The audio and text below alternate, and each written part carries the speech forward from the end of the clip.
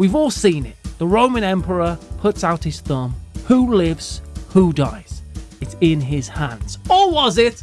The world of the gladiator was much more than that. It wasn't always a fight to the death, though you might have to literally fist fight a giraffe.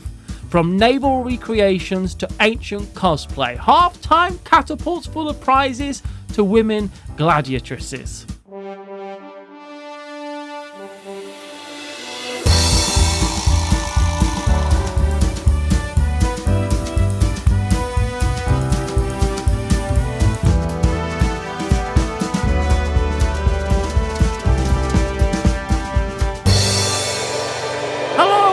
Welcome to Remember, the show all about histories, mysteries, and fighting to the death for sport. It's always been for that. That's what this show has always been about, fighting to the death. I'm joined by Paulatrix Dominatrix, the most feared cougar in all of Rome. Mixed feelings about that one, real deeply mixed feelings.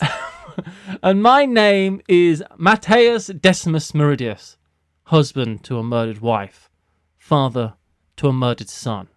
But we've all got our problems. And this week, we are talking about gladiators, baby. I fell asleep during Gladiator. I think I've told you this. I tried to watch that movie, and I fell asleep, so... Yeah, but Paula, you fall asleep. That is a big part of your MO. You fall asleep. This was before I was on medication that made me sleepy, so that's what I'll say about that. Well, when I was a child, growing up in the West Midlands... One thing that you could do during the summer holidays that was free was go to Birmingham and watch them film the Gladiators. You know, I know that you have the American Gladiators. We just called it Gladiators in the UK. And it was at this NEC arena. And it was loud. Thousands and thousands of people there. And there is an episode of Gladiators where the camera pans to my mom, who is asleep in the stands.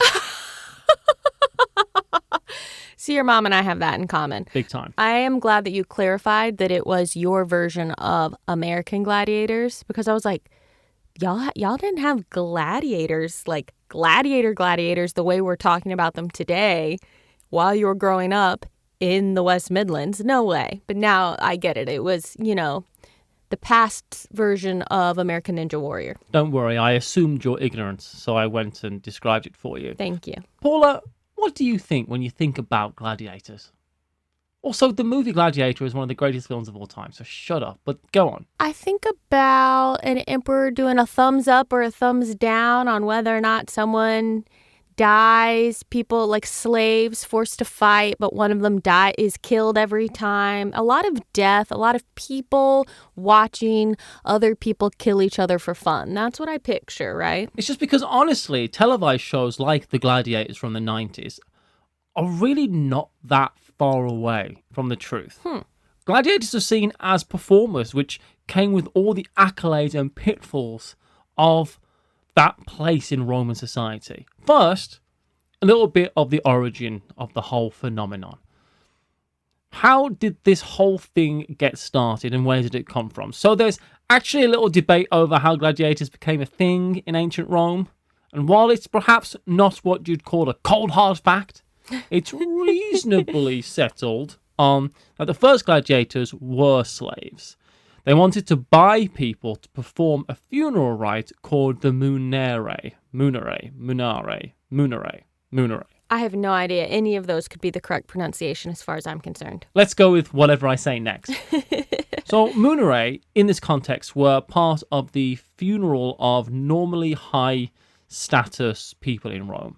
And by Rome, when I say Rome, I mean the Roman Empire, unless specifically I mention somewhere else. But the Roman Empire is kind of like everywhere at this point in history, I feel like. Like any location in the world is basically the Roman Empire. Anywhere that the Romans really knew about. If they didn't know about you, count yourself lucky. Just being Chinese over here. So in these munare, which I think I have already changed the way I'm saying this, there was a display of courage to celebrate the deceased. All that's all very well and good. Most decided it was better to make someone else be courageous on your behalf. I prefer that. Yeah, no one ever said I had to do the fighting. Yeah, I don't want to do the fighting myself, but I would love for someone else to do it for me. Like, my bravery is totally reflected in that person who's actually being brave, right? That's an extension of my bravery. And I think that's good enough. Look, I think the real bravery was the faith that I put into this Carthaginian child that's going to fight this jaguar right now. Yeah. That takes real guts. Yeah. It's just me. Like, the fact that I am even going to watch it and not close my eyes during it, that's the real courage. Oh my God, it must have been so difficult for you. It was, honestly, thank you so much for acknowledging. Yeah, it was. It was difficult. This wasn't a Roman invention per se. The pre-Romans, the Etruscans, had this type of concept as well. So a big fight to honour the dead, but also very much a solemn and noble ritual. The thing is that these just started to get out of hand. Did people actually die? Was the point to watch someone else do a fight and die to honor someone else who was dead? No, that was not it. It was meant to be a sign of It was just a fight. bravery and courageousness. Often it was like reenacting maybe something that happened in that person's life, those type of things. This is your life. Dun, dun, dun, dun. That's a thing I've not thought about in about 20 years. Did you have This Is Your Life in America? Yeah. Mm-hmm. Was the theme tune dun, dun, dun, dun? I'll be honest, it's a show that aired before my time, for sure, here. So I don't know. They weren't like, we're here to watch someone die in honor of this other person's death. It's just, we're here to watch this fight, this reenactment, this thing, but you're not meant to die during it. Yeah, no, it's nothing to do with that. It's just that the story of Gladiators is very much a snowball effect covered in knives. These Munere... Worst kind of snowball. These Munere rites started to get popular because people wanted to watch, and where there is a demand, you can just trust the Romans to provide a supply. It's funny, really, in a morbid kind of way. They really did mean well in a very Roman style, but wealthy people noticed that the working class wanted to watch these funeral rites.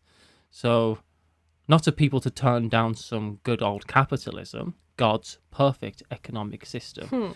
They invited people to watch, and they grew it to selling them food, having other events going on, prizes to be won. In fact, let's do this when there isn't a funeral rite to go on. Let's just do this all the time.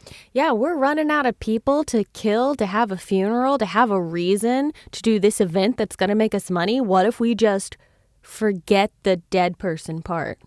It's very easy to say, how can this one thing turn into this other thing? It's like, yeah, we're talking about hundreds of years. Yeah, just grow over time. This is a tiny, steady evolution, and you can get really far away from where you started that way, you know? So they grow and they spread, and soon everyone wants to see these fighters, these gladiators. And the person willing to put on these events, well, they were great. I like them. I definitely vote for them. Oh. Who put this one on? Julius Caesar? Oh, I'll remember that name. I like him. And if you wanted people to like you, you wanted the people of the city to think you were fantastic, you'd put on these events all the time. And you have to imagine, these events were the sporting events of their generation. They were they had obviously chariot races, which is a whole other thing, but these were huge entertainment events, and you'd be so thankful for the fact that they exist, and that'd be the highlight of your month, you know? Yeah, it's not like they have Netflix, right, where they could just watch Squid Game just because it's Wednesday, right? Like, life is boring and routine, but now here's something to go do and see and be entertained by. I've heard of netting the Picts, but Netflix? Oh. Thank you. That's a historical joke about the Picts and using a net to catch them. And, you know, I know that this is all violent and gross in many ways. These gladiatorial events were blood sport. But in reality, only 1 in 10 fights would end up with a death. This is because gladiators were a commodity. It took years to train them. They really didn't want their gladiators to die. Yeah, I guess that's like a loss of investment, right? Like, you don't really... A huge loss of investment. That's not a thing I had thought of before, but it is like, you don't just get some highly athletic, muscled person just off the street every day to replace the one that you let die yesterday, right? Like that takes time to train and learn to fight and do all of those things. People don't want to just see two guys fighting. They can just walk around the streets of Rome and see two guys fighting. Yeah. And a lot of these people would have seen war, combat. So they know what just a brawl looks like. They want to see experts fighting and performers fighting. And they wanted to have a show put on, a real show with drama, often retelling a story. They wanted to see entertainment, and they were highly skilled. And the fact of the matter is that while a lot of the gladiators were slaves, not all of them were, and some people had chosen that life. And you couldn't get many people to do that because there was a lot of fame that came with it, but there was also a massive taboo, which we'll get into. These gladiatorial events get mixed up with some of the more bloody things that might happen inside the arena on the day. Gladiators were prize fighters. Some were incredibly wealthy. Some were hugely famous. They were revered by children and swooned over by women. Gladiator sweat would be mixed with the perfumes that people would use. Ew. And their blood was considered an aphrodisiac. That's so gross. And this does sound like I'm trying to play a game where I say a paragraph and slip in a lie. Like, yeah, which one of these is true? They would reenact historical battles. Their sweat was used in perfumes. Their blood was smeared all over as an aphrodisiac. Like, You added smear all over. There was no smearing all over. I was just like, you don't know how they used their blood, do you? The weapon used to kill a gladiator was a prized and precious possession. These weren't the same as a bunch of Christians being thrown into a pit and devoured by lions. Sometimes lower-ranking slave gladiators were just cannon fodder, yeah. But others were superstars. Which is why it's maybe strange to think that they were also an underclass. You see, to become a gladiator, normally you were either a slave or a criminal. But there must have been something to it because people volunteered. When you become a gladiator, you were inducted into a ludus, a gladiator school run by a Lannister, who may very well be a wealthy man, but also perhaps an ex-gladiator himself who had gained his freedom. The first thing you needed to do before you started moving up the ranks, these establishments were kind of modelled on the military in many ways. You had to sign away your rights in a contract. You say the gladiator oath and go from there. But this oath involved, he vows to endure, to be burned, to be bound, to be beaten, and to be killed by the sword. You were, like it or not, signing your life away. And you are no longer considered a citizen. And this is hugely important in Rome because there's so much of Roman history is actually about the right to be considered a citizen of Rome. Yeah, gosh. You become infamous. That's where we get the word infamous from. Really? And it wasn't a good place in society. And your life belonged to the Lannister. It's so interesting that people would volunteer for that because, yeah, on the one hand, you get fame, I guess, and attention. But on the other hand, you lose all real autonomy. So I feel like you don't actually get a lot of the perceived benefits of being famous, right? Because you don't have, I think there's a perceived idea that if you're famous, you have power, right? And in a lot of instances, that's true. Yeah. But here, their fame does not seem to come with power. Why would people volunteer for it? It's so interesting. How is that different to being a K-pop star? Well, you know what? That's so true. That's such a good comparison, Matthew. Because, yeah. How is it different? K-pop stars do not have any autonomy. They don't make any money because it all goes to their management companies. They sign a contract giving their life over to the industry, essentially, their managers. And there's a lot of blood, sweat, and tears. There's no fighting, but there's a lot of dancing. There's a lot of physical work that goes into it. Wow, that's such I hadn't even thought of that, but you're so right. That's such an interesting comparison.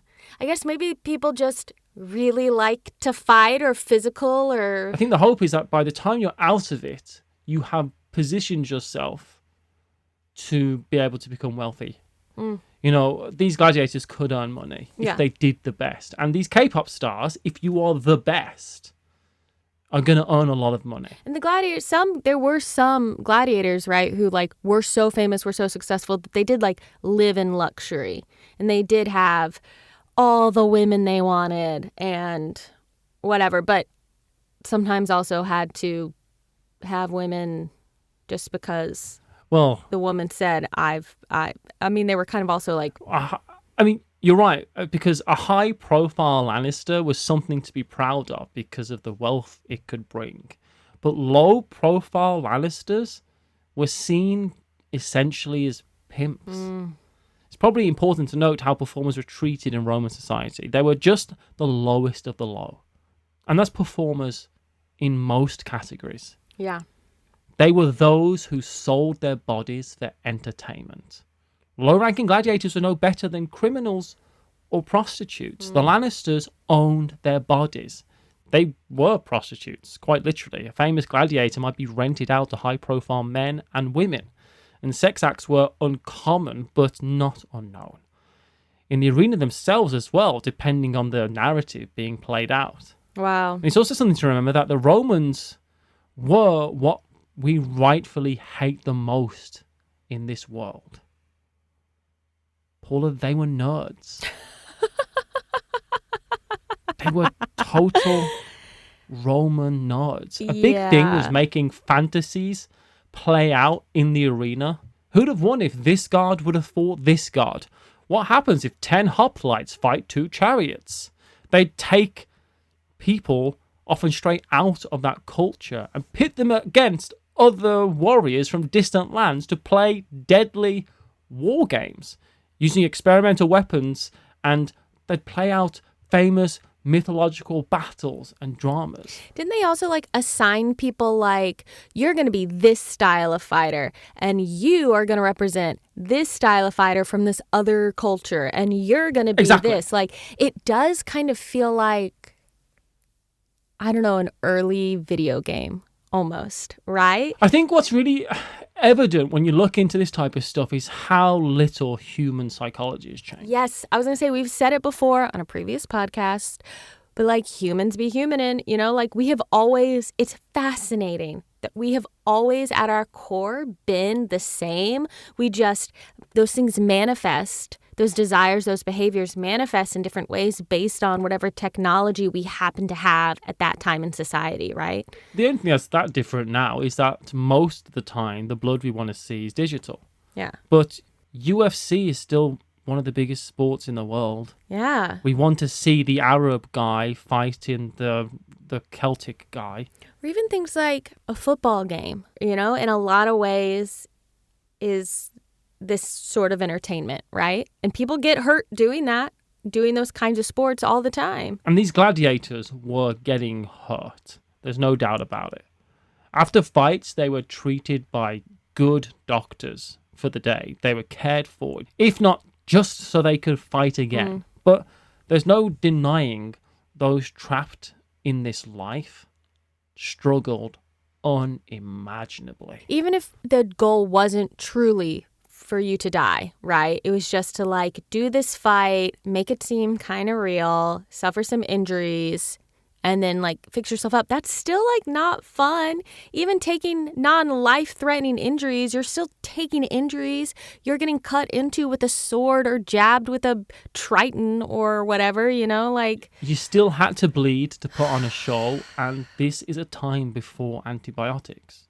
Every cut is a risk. My understanding, tell me how true this is, that it's also like if you didn't put on a good enough fight, if you weren't entertaining enough, the audience could basically demand that instead of kind of a fictional victory of, and now this person is the loser and they go to have their wounds healed.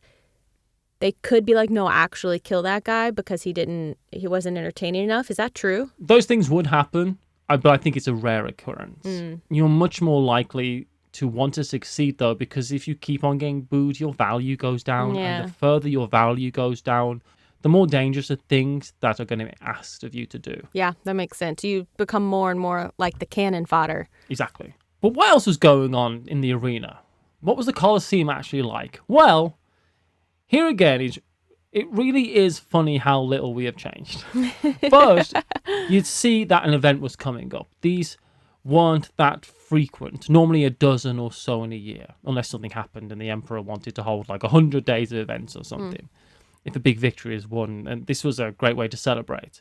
Maybe show off the noble men and women you've captured and have them killed in front of the crowd. Oh, wow. But word would be spread on billboards. Big signs would get painted on buildings that were like, come watch 300 gladiators tell the story of Sparta in 2 weeks. Live on pay-per-view. You would get a ticket which would be printed on pottery. Lots of these tickets were actually sold to prestigious people to sell on or give away. And you could always attempt to buy from a scalper outside who'd already got a bunch. Wow. And now wants to make a profit. You'd go to your assigned seat number, which is hard to believe, but at the Colosseum in Rome, you'd have a gate numbered 1 to 80 and a seat number. You could buy food from the vendors outside. Perhaps wine was in order. Maybe you'd forgotten your cushion and you wanted to buy one to sit on. Or maybe the sun was too harsh and you needed to buy an umbrella to keep you comfortably shaded. Please, I need to know if they had foam fingers. If they have foam fingers, then time is a flat circle. They had fingers, but they were weaved out of the bulrushes from against the river's edge. Of course, you could make an illegal bet on the black market and how you think that these days' events were going to go. It was illegal, but everyone was doing it. Maybe you wanted to play some dice or maybe perform some rituals to help sway things in your favourite fighter's direction. These events got so big that even if you couldn't get a ticket, you could spend the whole day around the Colosseum just hanging out and enjoying all the events and festivities that went on outside. I mean, it sounds fun. I feel weird saying that because I don't really like watching violence. Like, I can't think of anything I'd rather watch less than like a UFC fight or a boxing match, but like, it sounds fun. This would have been the absolute best day of the month. There's just no denying it. This would have been so much fun for people. And the order of the day was normally something along these lines. First, there was an opening ceremony. Then they were the beast hunts. Maybe exotic animals had been brought in. Maybe you could fight a giraffe in one-on-one combat. Can you imagine? The giraffe's totally going to win that, right? Look, in my mind, a giraffe wins that. I think so. But I guess if you've got a really long sword. Or spear, maybe, or some arrows. Yeah. But like, because otherwise, like, the leverage it can get with that long neck as it swings its like head around and whacks you, I feel like... I don't feel like that's how giraffes fight. I think that's how they fight. I think they swing their heads around like a wrecking ball. I don't think that's how it works, but perhaps I wasn't there.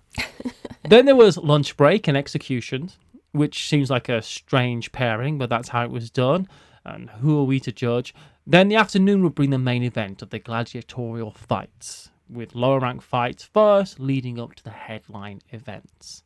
I will say that the amount of animals killed at the events was just incredible. Hundreds of animals might have been involved. What a time to be alive, like when the idea of an endangered species wasn't even like a thing you were concerned about at all. Yeah, I mean, that would have no concept of that, really, I suppose. But yeah, and you'd have sometimes thousands of animals would take part in this. Holy cow. And they would bring animals from all over the empire. Wow. And the more interesting and exotic, the better. Yeah. My favourite bit of this whole gladiatorial spectacle, though, is the intermission. You could go get some food. Maybe you would want to unwind and make use of one of the numerous prostitutes. Oh. It's like, hey, we got a 15-minute intermission. Let's get this going. Paula, we get the word fornication from the Roman arena. What? Really? The fortices were the arches of the buildings, and And in those not very private places, you could be doing it. Holy cow. So fornication is from the fortresses, these arches where everyone would be shagging. Wow. Well, huh. How about it? And once you'd filled your stomach and emptied your, I do want to say testicles, Paula, I'm sorry, you'd come back to your seat to watch some criminals being put to death. Could women get it on? Like with male prostitutes? Or is this just like a dude thing happening? I don't know. Maybe, yeah, I guess equal rights. Once you'd filled your stomach and your... Cooch? Yeah, there you go. Then you could go back to have your brain filled with the images of glory. Yeah, it's time to go back to your seats and watch some criminals being put to death. Yeah. The thing is that while these criminals had broken the law, or in some way annoyed the emperor, or just been part of the wrong religion, the way that they were executed wasn't like today. Also, if your country still executes people, I don't know how you can call yourself a civilized country, but that's just me. Yeah. Let's not get into it, but it's insane. Nowadays, it's a very strict and formal affair, but back then, it was kind of up to the organizer of the event to choose how it was done. So it was often just as brutally as they could imagine. Maybe eaten by wolves. Oh my gosh. Or burnt on a cross. It was all part of the show. It's not fair to say that everyone enjoyed this. There were lots of accounts of how these deaths may have been justified, but they lacked any honor and were shameful to civilized society. Wow. So there were people who were like, look, it's not that we shouldn't have the death penalty, but maybe it shouldn't be someone getting eaten by wolves. Yeah, there was lots of Romans who were part of an educated class, and I'm sure lots of Romans who were just decent people who were like, okay, yeah, they're going to be put to death, but do we need to see them trampled to death by lions? Is that really what we need? Yeah. It seems a bit much. But it was then time for the main event. The Gladiators. Yes. This was actually the least bloody part of the whole day, really.